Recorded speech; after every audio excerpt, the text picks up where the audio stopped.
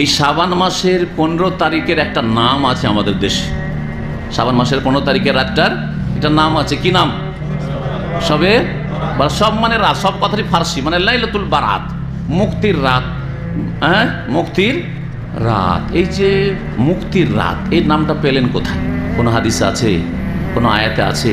কিয়ামত পর্যন্ত যারা এই শবে বারাত করি, যেসব হুজুরেরা, তাদেরকে বলবেন যে কিয়ামত পর্যন্ত সময় দেওয়া আছে। একটা হাদিসে এই লাইলাতুল বারাত, শবে বারাত কথাটি বা একটা আয়াতে প্রমাণ করতে হবে। তাহলে এই নামটাই হচ্ছে ভুল। এই নামটা হচ্ছে লাইলাতুল কাদার। কোরআন আছে না নেই? ইন্না আনজালনাহু ফি লাইলাতুল কদরে। ওই রকম দেখিয়ে দেন যে হাদিসে আছে লাইলাতুল বারাতে, হ্যাঁ, শবে বারাত নাই, কোথাও নেই। তাহলে বোঝা গেল যে শবে বারাত নামটা রাখাই হচ্ছে এক বিদআত। তাহলে এটার নাম কি? এর নাম হচ্ছে নিসফে শাবান। এর নাম কি? শাবানের অর্ধ রাত। শাবানের অর্ধেকে যে রাতটি হয় সেটা হচ্ছে নিসফে শাবান। যেমন রজবের 15 তারিখের রাতটা হচ্ছে নিসফে রজব, মহরমের 15 তারিখের রাতের নাম হচ্ছে নিসফে মহরম, হ্যাঁ, রমজানের 15 তারিখের রাতটার নাম হচ্ছে নিসফে রমাদান। নিস মানে কি? মানে অর্ধেক। জি হ্যাঁ। সুতরাং এই নাম শবে বারাতের বেদাতি নামটি আল্লাহর রাস্তায় ছেড়ে দেবেন। দ্বিতীয় যে বেদাতি আকীদাটি আছে এই শবে বারাত যে নামটি দেওয়া হয়েছে এই সম্পর্কে, বা 15 শাবান সম্পর্কে, যে এটা হচ্ছে ভাগ্য রজনী। এটা হচ্ছে কি? ভাগ্য রজনী। ভাগ্য বলছেন তকদির, আর রজনী মানে রাত। মানে এই রাতে আল্লাহ কি করেন? ভাগ্য নির্ধারণ করেন। কথাটি কোরআন হাদিসের খেলাফ। কথাটি কোরআন হাদিসের খেলাফ। একটা হচ্ছে সারা জীবনের তকদির, একবারে সারা জীবনের তকদির, মায়ের পেটে ছিলেন তখন করে দেওয়া হয়েছে। একটা বাৎসরিক তকদিরের কথা আছে, সেটা এই 15 শাবানে না। সেটা কখন জানেন? সেটা কখন? রমজান মাসের কোন তারিখে? যেটা কদরের রাত হবে, সেটা শেষ 10 দিনের বেজোড়ের যে কোনো রাতে হইতে পারে। 21-এ হইতে পারে, 23-এ হইতে পারে, 25-এ হইতে পারে, 27-এ হইতে পারে, 29-এ হইতে পারে। লাইলাতুল কাদার যেটাই, ওইটাই হচ্ছে বাৎসরিক তকদিরের রাত। আর সারা জীবনের তকদিরের রাত যখন মায়ের পেটে 120 দিনের আপনি আমি আমরা ছিলাম, তখনই আমাদের তকদির লিখতে বলা হয়েছে। নবী করিম সাল্লাল্লাহু আলাইহি সাল্লামের সহিহ হাদিসে রয়েছে, সহিহ মুসলিমের হাদিসে রয়েছে। আর মানুষ, আসমান, জমি সব কিছু সৃষ্টি করার 50,000 বছর আগে কি লেখা হয়েছে? তকদির লেখা হয়েছে। এটা হচ্ছে সমস্ত মাখলুকের তকদির, সমস্ত মাখলুকের তকদিরে আম। তকদিরে আম এটা, তকদিরে খাস। সারা জীবনের তকদিরের কথা বললাম, বাৎসরিক তকদিরের কথা বললাম। দলিল কি? যে ভাগ্য রজনী এই 15 শাবান না, শাবান মাসের 15 তারিখ নয়, যেটাকে শবে বারাত বলছে। আর দেশে মানুষকে এক শ্রেণীর বিদাতি আলেম সমাজ ধোঁকা দিচ্ছে যে ভাগ্য রজনী। সুতরাং রাত্রে খুব নফল পড়েন, আল্লাহর কাছে দোয়া কালাম করেন, আল্লাহর কাছে খুব চান যে এই বছর ভাগ্যটা যাতে আপনার ভালো হয়। এটার খণ্ডনে কোরআনে কারীম শোনেন।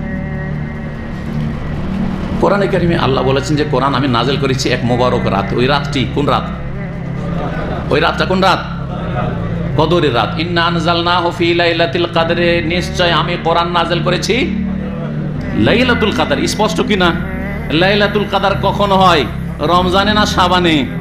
শাহরু রমাদান। কোরআন কখন নাজেল হওয়া শুরু হয়েছে এটাও শুনেন। শাহরু রমাদান আল্লাযী উনজিলা ফীহিল কোরআন। রমজান মাসটা এমন মাস যেই মাসে কোরআন নাজেল করা হয়েছে। তাহলে কোরআন কখন নাজেল হয়েছে? রমজানে। শাবানে ক্যান্সেল। তাহলে শাবানে আসলে না তো 15 শাবান কি করে আসবে? রমজান মাসে, আর সেটা কদরে। দুটো আয়াত শুনলেন। এই রাতটাকে ভাগ্য রজনী বলা হয়েছে, সেটা শুনেন সূরা দুখানের আয়াত নম্বর 2, 3, 4। হামিম ওয়াল কুরআনিল ওয়াল কিতাবিল হাকিম ইন্না আনজালনাহু ফি লাইলাতি মুবারাকা। আয়াত নম্বর 3 আল্লাহ বলছেন নিশ্চয় কোরআন নাজেল করেছি মোবারক রাতে। কখন নাজেল করেছেন? মোবারক রাতে। আল্লাহ এখানে বলছেন মোবারক রাতে। মোবারক রাতটি কোন মাসে? শাবানে না রমজানে? আয়াত প্রমাণ হয়ে গেল ওই রোজা সম্পর্কে সূরা বাকারার আয়াত, ঠিক না? রমজান মাসে। 3 নম্বর যে বিদআতটি ভারত, বাংলাদেশ, পাকিস্তানে হয়, দলে দলে কবর জিয়ারত করা, বিশেষ করে এই রাতে দল বেঁধে কবর জিয়ারত করা, এটি একটি বিদআত। কবর জিয়ারত সবসময় করেন, যে কোনো সকাল বিকাল যান আপনি, আর কবর জিয়ারত করবেন, গ্রামের কবর জিয়ারত করবেন, কাছের কবর জিয়ারত করবেন, পাকা কবর না। যেখানে শিরিক হচ্ছে, বেদাত হচ্ছে, ওখানে যাবেন না। বাপ মায়ের কবর জিয়ারত করবেন, আত্মীয় স্বজনের কবর জিয়ারত করবেন, নেক লোকদের কবর জিয়ারত করবেন, কিন্তু কাছে সফর করে গিয়ে নয়। এবং কবরস্থানকে আলোকিত করা, এটা আরেকটি বিদআত। কবরস্থানকে একবার আলোকিত করে দেওয়া, মোমবাতি দিয়ে একবারে জনাক করে দেওয়া হয়েছে, এই সব বিদআত আমাদের দেশে রয়েছে। 4 নম্বর বিদআত, এই রাতে ভালো ভালো খাবার তৈরি করে গ্রামের গরিব মিসকিনকে খাওয়ানো। কারণ ভালো ভালো খাওয়াবো, আল্লাহ রাজি হবে, এবছর রুজিটা আমার বরকত হবে, কারণ ভাগ্য রজনী। বুঝতে পারছেন না? এগুলো হচ্ছে বিদআত। 5 নম্বর বিদআত হচ্ছে শাবান মাসে, সেটা হচ্ছে এই রাতে রাত জাগরণ করে, রাত্রি যাপন করে নফল পড়া, ইবাদত বন্দি করা। শবে বরাতের নফল পড়ছি, শবে বরাতের রাত্রি যাপন করছি, এটি একটি বিদআত। 6 নম্বরের বিদআত হচ্ছে এই 15 শাবানের দিনে রোজা রাখা, বিশেষ স্পেশালি এই দিনে রোজা রাখতে হবে, আগেও রাখলো না, পরেও রাখলো না, শুধু 15 শাবানের রোজা। এটা হচ্ছে জাল কথা এবং এই হচ্ছে বিদআত। এই 6টি বিদআত বলে শেষ করলাম। নবী মুহাম্মদ রাসূলুল্লাহ সাল্লাল্লাহু আলাইহি ওয়াসাল্লামের সাথে সম্পৃক্ত করে যে বলা হয়েছে যে যখন নিসফে শাবান আসবে, রাত্রে নফল পড়ো, দিনে রোজা রাখো, এই হাদিসটি মওযু, জাল এবং মিথ্যা, এটা মুহাদ্দিসিনে কেরামরা সকলে বলেছেন। সুতরাং এইসব থেকে সতর্ক সাবধান করছি। শাবান মাস কয়দিন পরে শুরু হয়ে যাচ্ছে, যাতে যা করবেন বেশি বেশি রোজা রাখবেন। কি করবেন? আল্লাহর রাস্তায় রোজা রাখেন। এতে হবে কি, রমজান মাসে রোজা রাখার জন্য একটু ট্রেনিং হয়ে যাবে।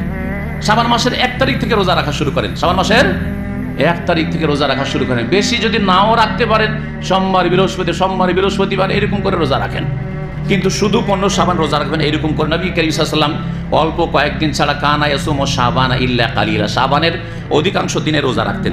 যেসব ভাই বোনদের আপনার স্ত্রীর হয়তো গত রমজানের রোজা কাজা বাকি আছে, এই শাবানে তাড়াতাড়ি করে রোজাগুলি কাজা করে নিতে বলেন, অথবা আপনার বাকি থাকলে কাজা করে নেন, কারণ সামনে রমজান যদি চলে আসে আর গত রমজানের কাজা যদি বাকি থাকে তাহলে আপনি গুনাহগার হবেন। সুতরাং আল্লাহর ওয়াস্তে যাদের কাজা বাকি আছে, কাজা রোজাগুলি রেখে নেন।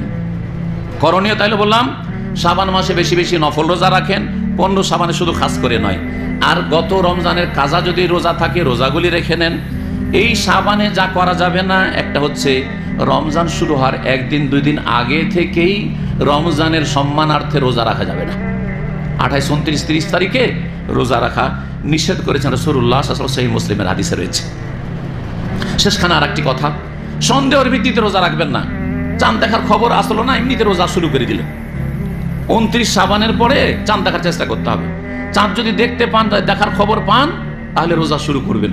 চাঁদ দেখার খবরও বিশ্বাস সূত্রে পেলেন না, আর এমনিতে রোজা শুরু করে দিলেন, এটা নিষেধ করেছেন নবী করিম সাল্লাল্লাহু আলাইহি ওয়াসাল্লাম। আবু দাউদ, তিরমিজির হাদিসে রয়েছে, মান সামা ফিল ইয়াউমিল্লাযী ইউশাক্কু ফিহি, কেউ যদি সন্দেহের দিনে, মানে 30শে শাবান, যেটা চাঁদ না দেখেও রমজানের অগ্রিম রোজা শুরু করে দেয়, ফাকাদ আসা আবুল কাসিম সাল্লাল্লাহু আলাইহি ওয়াসাল্লাম, তাহলে সে আবুল কাসিম সাল্লাল্লাহু আলাইহি ওয়াসাল্লাম রাসূলুল্লাহ সাল্লাল্লাহু আলাইহি ওয়াসাল্লামের নাফরমানি করলো।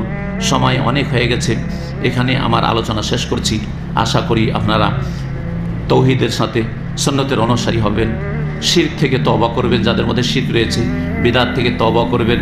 শিরক বিদআত থেকে যদি তওবা না করতে পারেন, তাহলে আমল কবুল হবে না। যা কিছু আমল হচ্ছে, আমলগুলি ধ্বংস হয়ে যাবে।